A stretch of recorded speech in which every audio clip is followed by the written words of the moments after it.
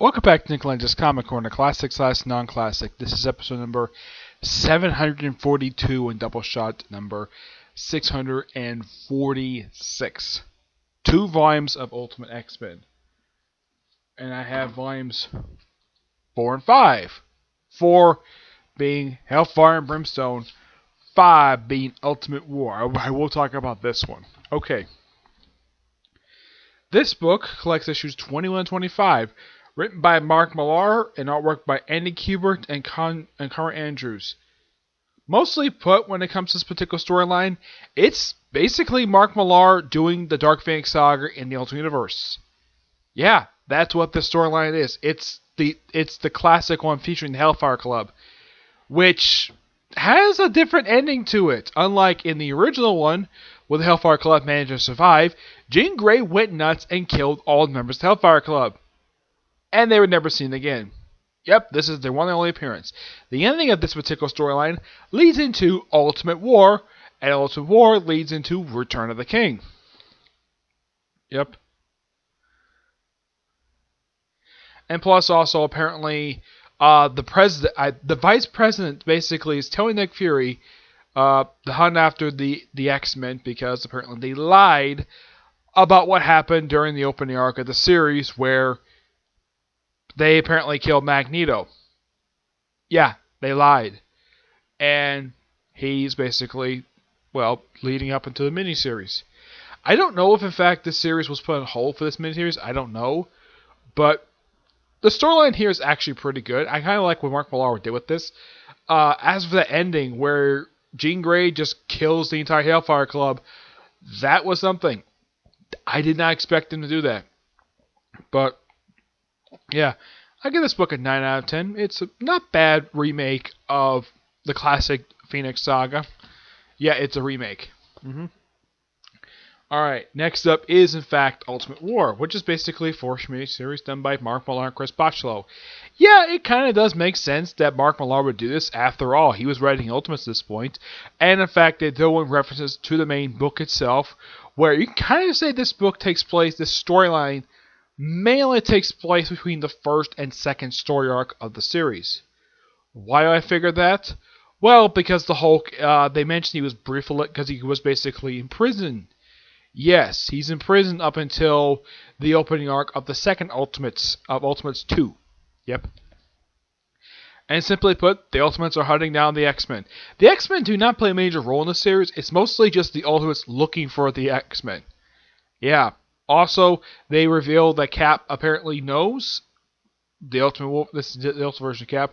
Knows Wolverine. Apparently, he tells he tells him his real name is really James Howlett. He used to be part of the Canadian Army, and he apparently was called Lucky Jim because of his healing factor, which nobody knew at that point he was a mutant.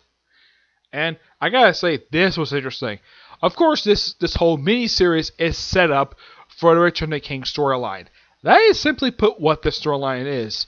And it's one of 2 miniseries I could think of for the Ultimate Universe where you have sort of a team-up in a way of, well, where basically it's collected as part of another series. Where basically the Ultimates have a crossover with another series. They also did with Ultimate 6 as well, though that actually had 7 issues instead of 6.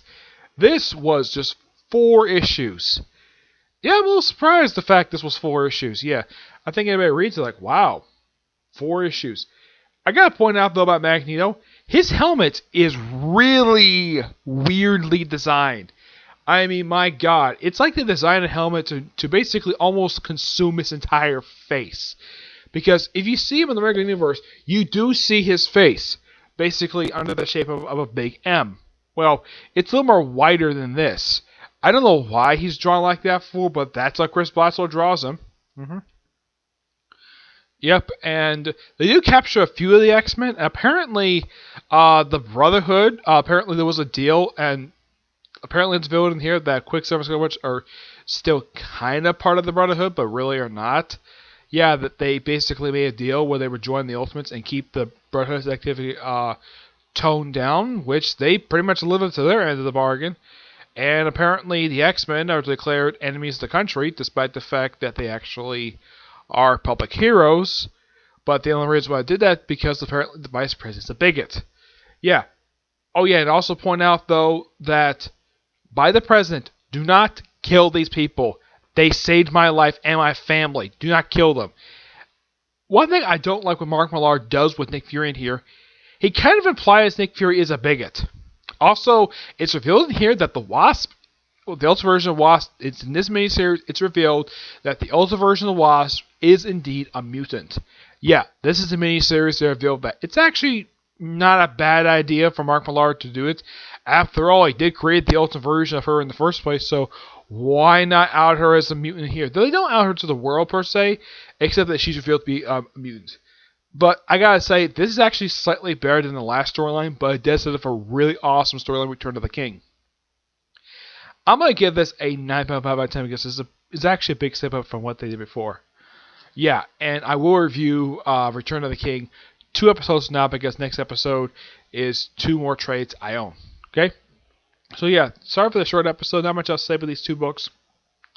They're actually pretty good, but Ultimate War is better. Okay? But see you on next episode. Bye.